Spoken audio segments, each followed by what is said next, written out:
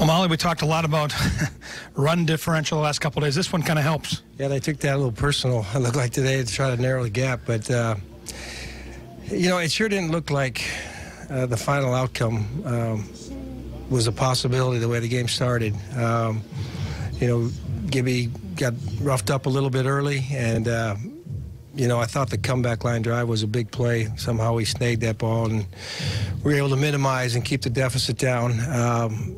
And then, offense, had a tremendous night across the board. You set a franchise record. It's obviously a special night for your hitters. It was just one of those games where we kind of stuck with it. Gibby had to battle. He didn't, I thought he had a good fastball. It seemed like they were on his off-speed pitches a little bit more, maybe adjustment to the last game in Seattle.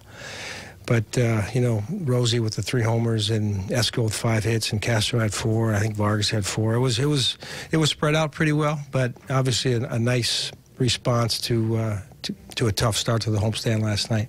What might get lost with all this offense is the defense was really good behind Gibby and the pitchers. Well, I think we understand that there were some big plays from Esco making some nice plays at third, and Jorge's barehanded play, I thought, at that time was potentially a momentum changer.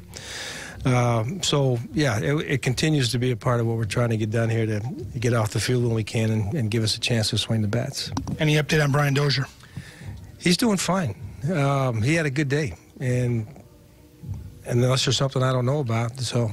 It just looked like late in the game when he ran the bases, he got a little overheated and might have needed some help. We got a few guys that might get a little replenishment of fluids from the hot, humid, long night, but Dave said they came in and everybody was doing fine.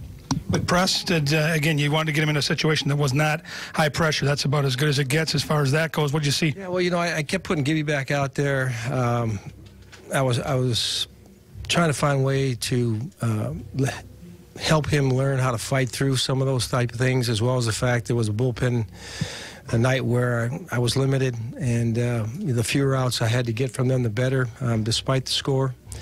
But as it shaped up, Duffy, we were able to get him out of there after 1 inning, and Press got an opportunity to get reacclimated, and he gave up 1, but I thought he threw the ball fairly well those last couple innings. You talk to your hitters on a night like this when it's so humid, because when it gets this warm, this ballpark changes, and it looks like the ball carries, and the guys were able to elevate. Well, I think around the cage, it was everyone.